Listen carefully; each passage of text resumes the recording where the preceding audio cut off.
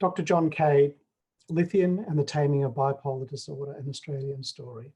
Hello everyone, my name is Greg Demore.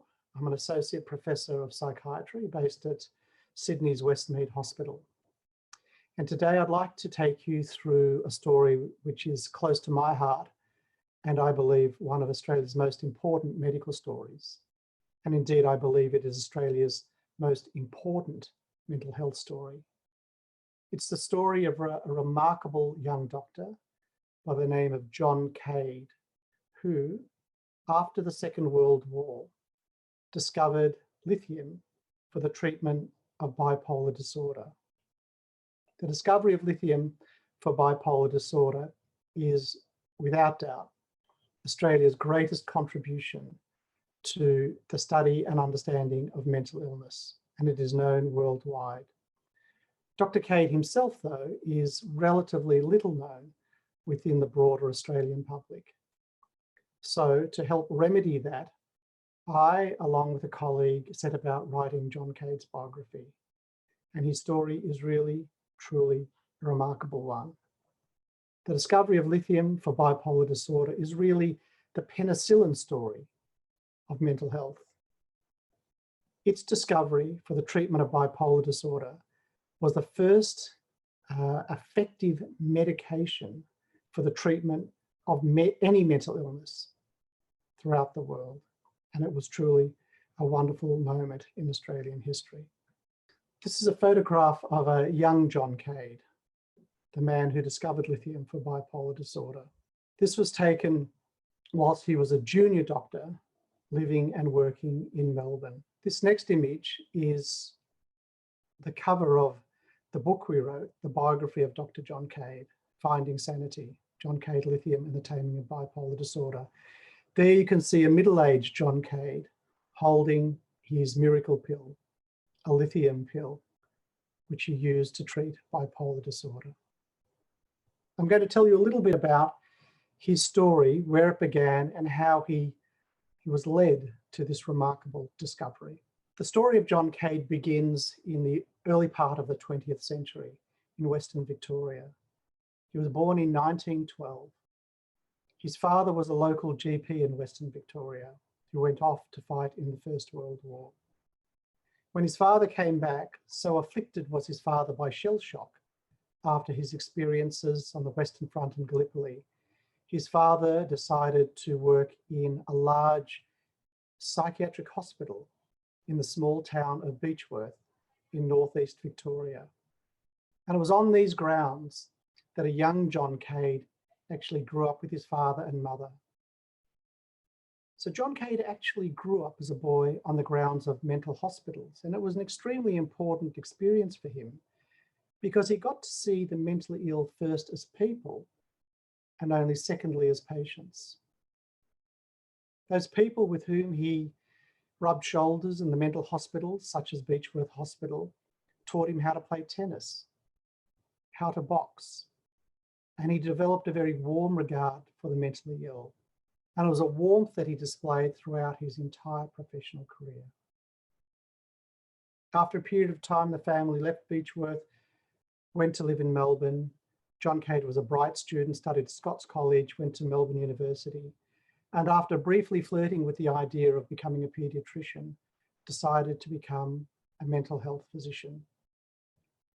He married, and in the late 1930s, while he was in his late 20s, he left Melbourne and went back to Beechworth in northeast Victoria to look after the mentally ill. Now, what you have to understand is how extraordinary mental hospitals were at this time before the Second World War.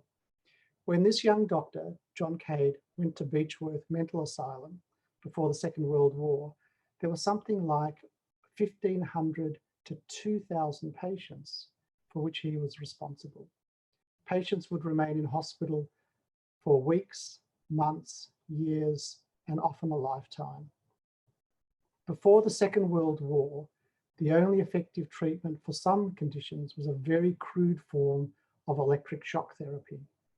There was not a single effective therapeutic medicine available to the mental hospital doctor. That was an extraordinary time. When World War II broke out, Dr. Cade, like his father had in World War I, joined the Australian Army. He sailed to Malaysia, waiting for the Japanese to attack.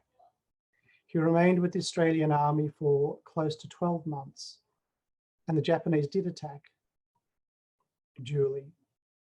They forced the Australians, the Dutch, the British, down the Malaysian peninsula into the island fortress of Singapore. On at least 2 occasions, John Cade thought that he would be murdered by the Japanese, but he survived. He, along with tens of thousands of other Allied prisoners, was force-marched into Changi prisoner of war camp, and he lived a hideous 3.5 years as a prisoner of war in Changi prisoner of war camp. Food, of course, was the most important aspect of prisoners' lives, and Cade did everything to get food for himself and for his men. He was a remarkable individual, a brave man who at times breached the perimeter of the prison camp to find food for himself and for others. If he had been found out by the Japanese, it meant certain death. He also had an extraordinary memory, and he would listen to the BBC radio broadcasts, the radios having been planted often in broomsticks or in wall cavities. Of course, they were illegal. He would listen to the BBC broadcasts, memorize the broadcasts, and then recite the BBC broadcast to his men, a way of increasing their morale. But everything, as I said, revolved around food. When we wrote John Cade's biography and went to Singapore and looked at the archives, we were staggered to find, unbelievably, that he had helped set up a 10-bed psychiatry unit in the middle of Changi prisoner of war camp, something that I don't think anyone had ever known before. So over the war years, John Cade looked after the mentally ill in Changi. Many were psychotic, many were depressed, some were suicidal. But what was critical about this time in Changi, looking after this mental health unit, was that John Cade's view about the causation of mental illness underwent a change. During his time in Changi, he got to see mental illness caused by physical factors such as vitamin deficiency. And gradually, as the war went on, he started to think about illnesses like schizophrenia and bipolar illness in a different way. And by war's end, he wondered if those serious mental illnesses may be caused more by physical factors in the body rather than the way people were brought up by their families. This was a very significant shift in his thinking, and it was an idea that he brought back to Melbourne after the war. Here are 2 images we have of John Cade during his time in Southeast Asia during World War II. Cade is to the left, a young man, and his commanding officer is to the right. This was taken in Malaysia before the Japanese attacked. This second image was also before the Japanese attacked, and it was an image of Australian troops clowning about. On the left-hand side, you see John Cade standing with what looks like a vertical spear. It's a pole of some kind. And his best friend, Dr. John Park, is the mate brandishing the bayonet. Tragically, Dr. Park was killed during the Japanese invasion of Singapore, something which John Cade never forgot and struggled to forgive. When Cade returned to Melbourne after the war, he was physically dissipated and he had lost a huge amount of weight.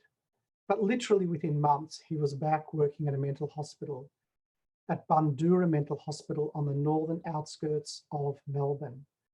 Here, he was a single doctor looking after approximately 200 male psychiatric patients, all of whom had been diggers in World War I or World War II. And he befriended them as he had befriended mentally ill patients all his life. When we spoke to his wife, she described that he was driven by a desire to try and find a solution for mood disorder, depression, and bipolar disorder. As I mentioned, at this time, just after the war, there was no single effective medication for the treatment of such disorders. Now, Cade was not only a very good psychiatrist, he was a very good physical doctor, and he was interested in physical medicine.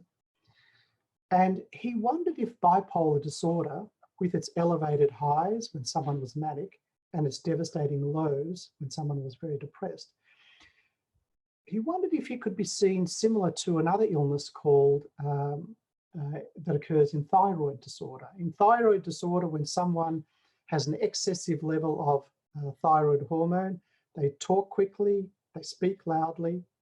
When they have a lack of thyroid hormone, they think slowly and they move slowly.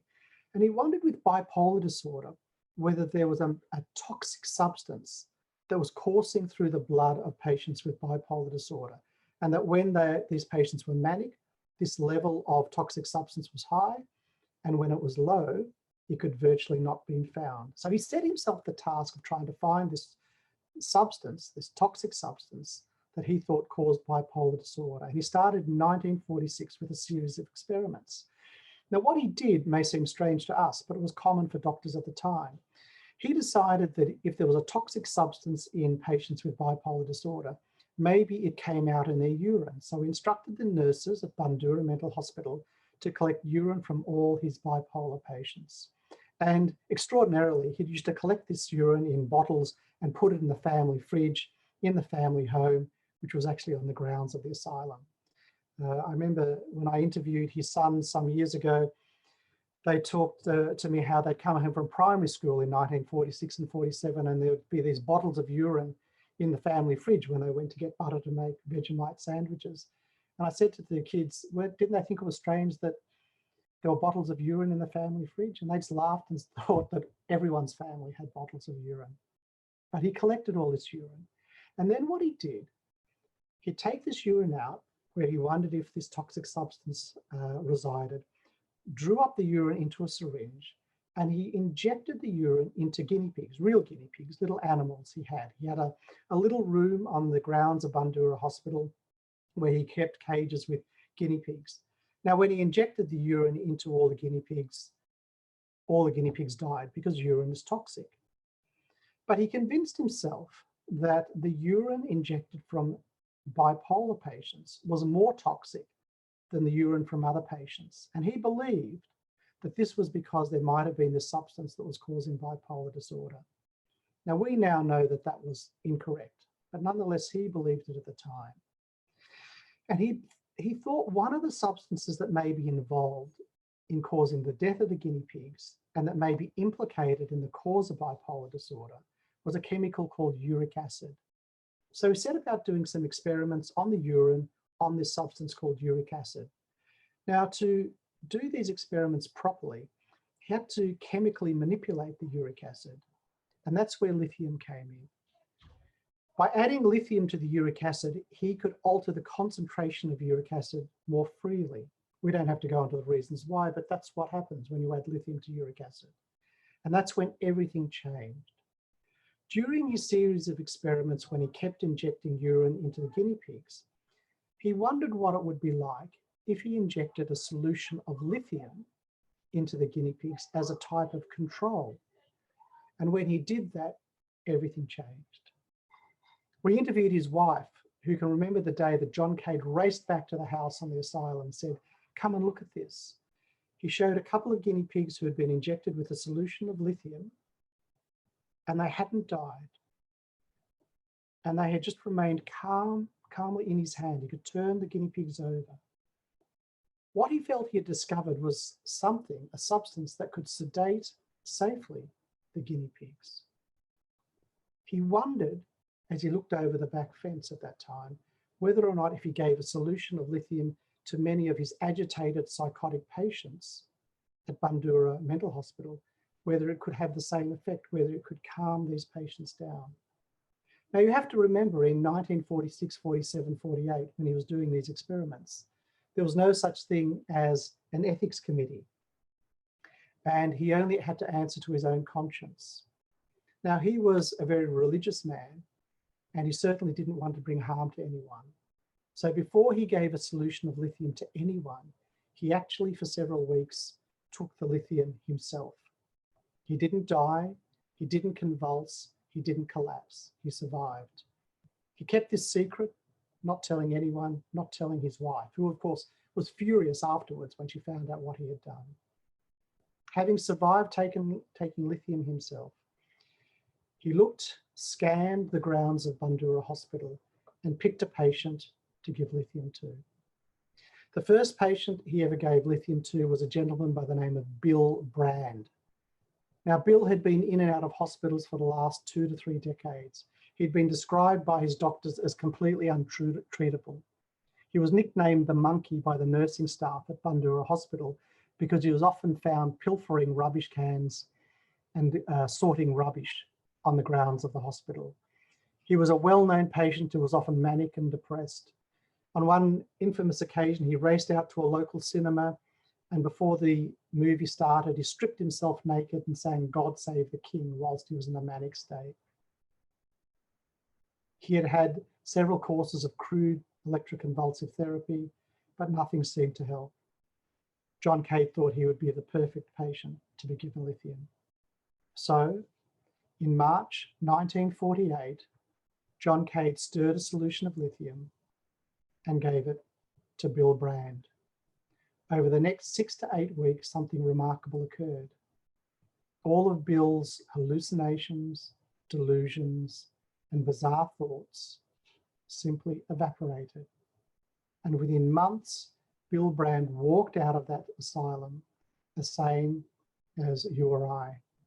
He returned to his old job. Cade was dumbfounded, staggered, and thrilled. He stirred up more lithium solutions and gave it to 9 other patients. One patient was a local GP who recovered and went back to treating patients. Another worked with a major newspaper and went back as a part-time editor to that newspaper. A 4th patient was a car dealer who went back to selling Holdens. 10 patients were given lithium, all improved markedly. Nothing had been seen like this in the history of mental health. Cade, for a while, was ecstatic. He wrote up his results and published in the Medical Journal of Australia. But some months later, he was crestfallen because his first and most important patient, Bill Brand, returned to the asylum as psychotic and disturbed as ever. But on further questioning, Cade realised what had happened was that Bill Brand thought he was so well he no longer needed lithium, stopped taking lithium, and as a result of that non-compliance, he became psychotic again and returned to the asylum. Cade pushed the lithium back onto Bill Brand, desperate to seek his remission. Bill Brand recovered again, but tragically, and this is the tragic thread of the story, in 1948, 49, 50, when Bill Brand was being treated by Dr. Cade, it was not understood that lithium could really only be given to a certain level in bipolar disorder. At that point, we didn't do serum blood tests to measure the serum levels to see what was safe and not safe. Cade pushed the lithium and pushed it further. And in 1950, Bill Brand died from lithium toxicity. It was an extraordinary setback for John Cade. And it was some years before he took up the cudgels and continued researching lithium again. This first image I wanted to show at this point was to just remind people or to inform people of what asylums were like after the Second World War. In this particular image taken from an asylum in Melbourne, you can see the crisp uniform of the female nurse, but you can see to the right of the image, a patient skulking away, dressed in what looks like a Hessian bag. And that's because it was a Hessian bag. Patients were often not given access to their own clothes. This second image was taken from another Melbourne asylum. All the patients were men, and it's an extraordinary image of intense loneliness. If you look at the image closely, you'll see that virtually all the patients are isolating. And this is what John Cade had to deal with when he returned from his prisoner of war experience during World War II. His introduction of lithium completely transformed the lives of patients with bipolar disorder. Men and women who would often spend large periods of time in hospital after the introduction of lithium could now be discharged.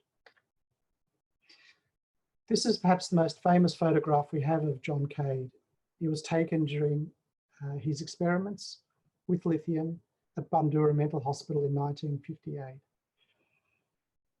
What you can almost sense from this image is how humble Dr. Cade was.